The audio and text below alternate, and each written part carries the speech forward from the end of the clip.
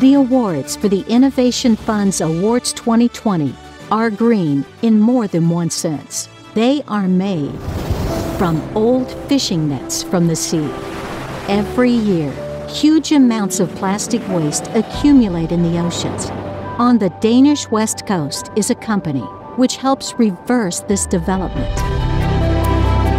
At Plastics in Lemvig, they transform plastic waste, such as fishing nets, into recycled plastic granulates, a type of plastic they can use at the company Adafab in Gilling, near Roskilde Fjord. Here, they have developed a technique with 3D printed molds that are dissolvable.